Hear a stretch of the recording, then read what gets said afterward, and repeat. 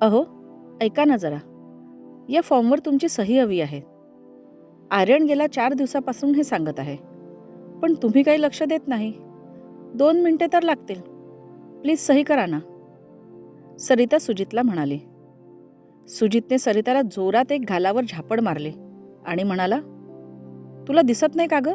मी एक महत्त्वाचा मेल पाठवत आहे, मूर्ख बाई. त्यामुळे तिचं मन खूप दुःखी झालं. तू आजपर्यंत काय केलंस? घरात फक्त स्वयंपाक करणं आणि मुलांची काळजी घेणं. आणि आजकाल मुलं तुझे ऐकतात कुठे? एवढ्या वर्षात तू त्यांना काही शिकवले नाही, म्हणूनच तर इतके बिघडले आहेत.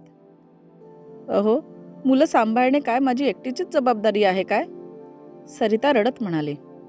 मी तुमच्यासोबत 5 वर्ष घालवली आणि एका क्षणात तुम्ही मला परक केलंस. ज्या घरात मी इतकी वर्ष दिली त्या घरात माझे अस्तित्व नाही का?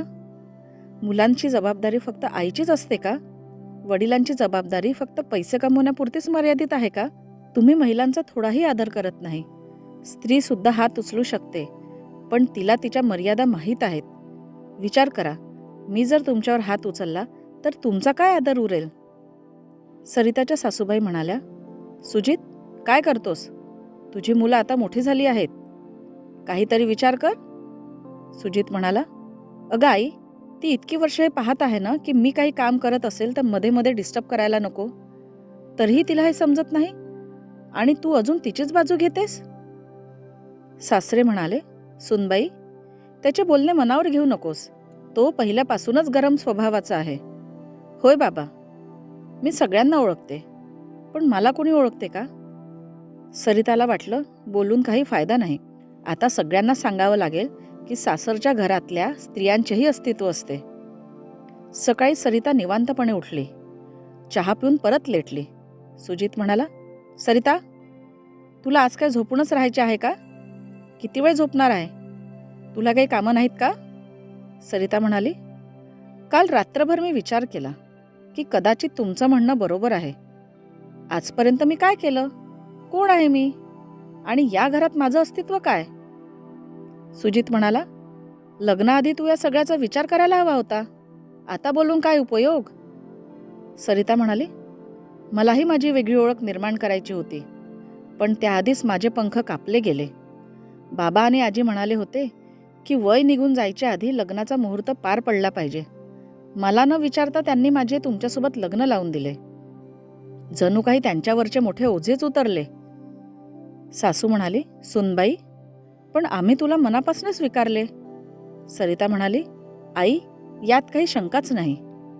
पण माझ्या आईने मला शिकवले की तू आता सासरची आहेस. तुझा नवरा तुझ्यासाठी मित्रासारखा असेल.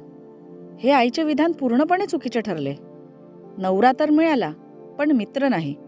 आणि तोही असा नवरा जो आपल्या बायकोसमोर फक्त ऑर्डरप्रमाणे आपल्या इच्छा ठेवतो. तुला काय म्हणायचे आहे? मी योग्य माणूस नाही का?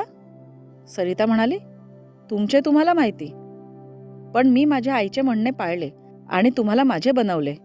तुमच्या आवडीनिवडी, तुमचा नाश्ता, मुलांच्या जेवणाचा डबा, सासू सासरे यांची औषधं, मुलांना शिकवणे आणि काय नाही केलं. आणि म्हणता की मी इतकंच केलं आणि बाकी काही नाही केलं. म्हणून आता मला स्वतःसाठी काही करायचे आहे. आता तुम्ही तुमच्या घराची, मुलांची आणि पालकांची जबाबदारी घ्या. तुमचे अभिनंदन. सुजितने सरिताच्या बोलण्याकडे लक्ष दिले नाही. सकाळ झाल्यावर घरातून सर्वत्र सरिताचे नाव ऐकू येऊ लागले. सुनबाई, चहा आणते का? सुनबाई, अगं औषधं दे ना. आई, माझा टिफिन कुठे आहे ग? अरे, आमचा नाश्ता. सुजित म्हणाला, एवढा आवाज का आहे? सुनामी आली आहे का? आर्यन म्हणाला, पप्पा बघा ना, आई कुठेच नाही आहे. मला शाळेत जायला उशीर होतोय. दुसरा मुलगा म्हणाला, मला माझी पुस्तके मिळत नाहीत. आई कुठे आहे पप्पा? सुजित म्हणाला, सगळे शांत व्हा, मी बघतो. ती इथेच कुठेतरी असेल. कुठे जाईल? अचानक त्याला आठवले की काल रात्री ती काहीतरी निर्णयाबद्दल बोलत होती. सासू म्हणाली, परवा तू तिच्याशी बरोबर नाही वागलास. तुम्ही नवरा बायको आपापसात मिटवतील म्हणून मी काही मध्ये बोलली नाही. पण आता काय अनर्थ घडला पहा. सर्वत्र पराभूत झाल्यानंतर सुजित पुन्हा सरिताच्या आईवडिलांच्या घरी गेला. तिथे सरिताला पाहून त्याला खूप आनंद झाला आणि तो पुढे गेला. तेवढ्याच सरिता म्हणाली, थांबा तिथेच. तुम्ही तुमचा हा अधिकार कधीचाच गमावला आहे. सुजितने आपल्या चुकीबद्दल माफी मागितली आणि घरी चलण्यासाठी म्हटले. तेव्हा सरिता म्हणाली, हो मी येईल, पण माझ्या काही अटी आहेत. मला माझा पगार आणि माझी ओळख हवी आहे.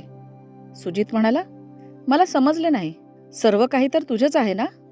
सरिता हसली आणि म्हणाली, जर सर्व काही माझेच आहे तर मग मला छोट्या छोट्या गोष्टींसाठी तुमची परवानगी का घ्यावी लागते? आणि माझ्यावर पुन्हा हात उचलायची हिंमत करायची नाही. सुजित म्हणाला, तुला काय हवंय ते उघडपणे बोल. सरिता म्हणाली, तुम्ही माझ्या वेगळ्या खात्यात दरमहा 15,000 रुपये टाकायचे आणि माझ्याकडे त्याचा कधीच हिशोब मागायचा नाही. आणि चुकून माझ्यावर पुन्हा हात उगारलास तर त्या दिवशी आपल्या दोघांचे रस्ते वेगळे होतील. आता मुले मोठी झाली आहेत आणि मलाही माझ्यासाठी वेळ हवा आहे, कारण आता मलाही काम करायचे आहे. सुजित हसला आणि म्हणाला, तुला कोण काम देणार? सरिता म्हणाली, मी एका खाजगी शाळेत शिकवण्यासाठी अर्ज केला आहे आणि माझी नियुक्ती होणार हे मला माहीत आहे. तुम्ही माझ्या अटी मान्य कराल तरच मी तुमच्यासोबत येईल, नाहीतर राम राम. सुजित म्हणाला, मला तुझ्या सर्व अटी मान्य आहेत, पण तू आता घरी चल. तुझ्याशिवाय ते घर घरच वाटत नाही. सरिता हसली आणि स्वाभिमानाने तिच्या वस्तू पॅक करू लागली. सरिताने सुजितला माफ केले आणि तिच्या अटींवरच ती तिच्या नवऱ्यासोबत तिच्या घरी आली. घरी सगळे खूप खुश होते.